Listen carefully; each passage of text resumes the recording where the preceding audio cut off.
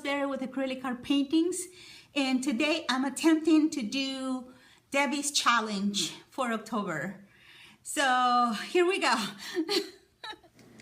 The first thing I do is I'm going to smear a little bit of the lighter color on my canvas for easy flow. Since I don't know how to explain and how to write the rules of the challenge, is a monochromatic theme with a paddle pour, which I already have in there for time saving, and I went with the orange color. So right now, as I've always said in my videos, the formula is only one aspect. The second one is tilting. So I try to not tilt too much. In this pour, I'm only tilted in the four corners. My apologies for the noise you just heard. That was somebody at the door.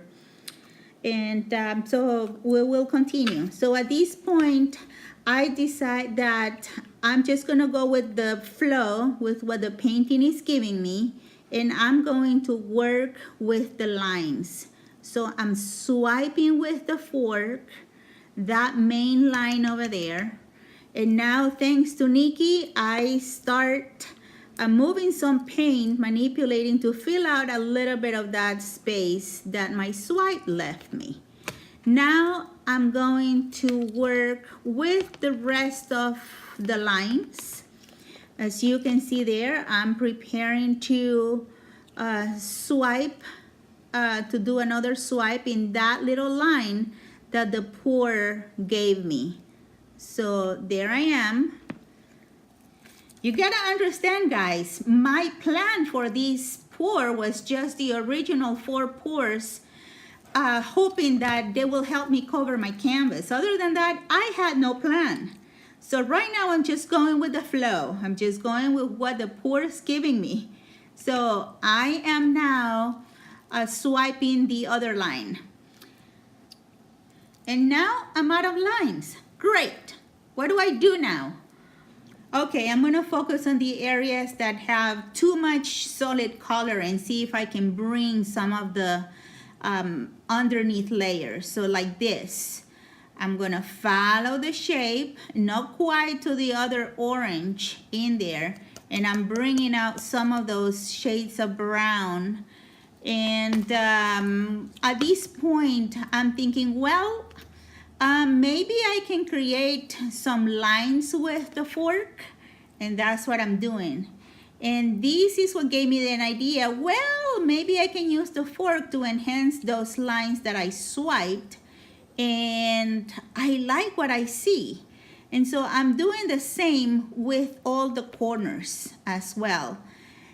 And wait a minute, I still have some color in there, and I'm swiping to bring a little bit more of the colors underneath.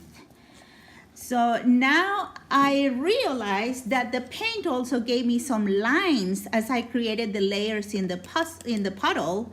And so now I am running my fork through those lines to create more of a design.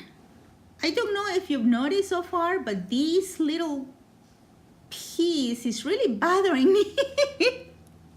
So I run my fork and around it and see if I can create a little bit more of a shape to it, more pleasing to the eye.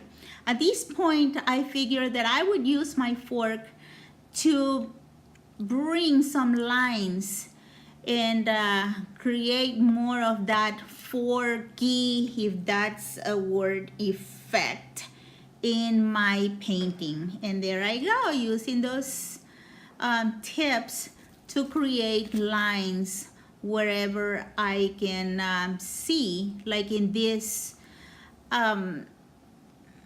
section in there that has a lot of orange. I'm bringing those colors, and now I'm using some of that lighter orange to create colors, lighter color lines on that red. And then I use some of that color red that was in my fork to create a little bit more color in that section, and so forth. The idea is that we can see the lines that the fork leaves without making it so busy or so overwhelmingly, that's a mouthful, to the eye. So that's my plan. No plan so far. And I will leave it like that. Now I'm just running some heat in there. Now you can see this is like about 10 minutes after I was done with the pour. Let it rest, and some cells are starting to come up. To be honest, guys, I like it. I really like it. Look at those cells that form in where I run the fork in there.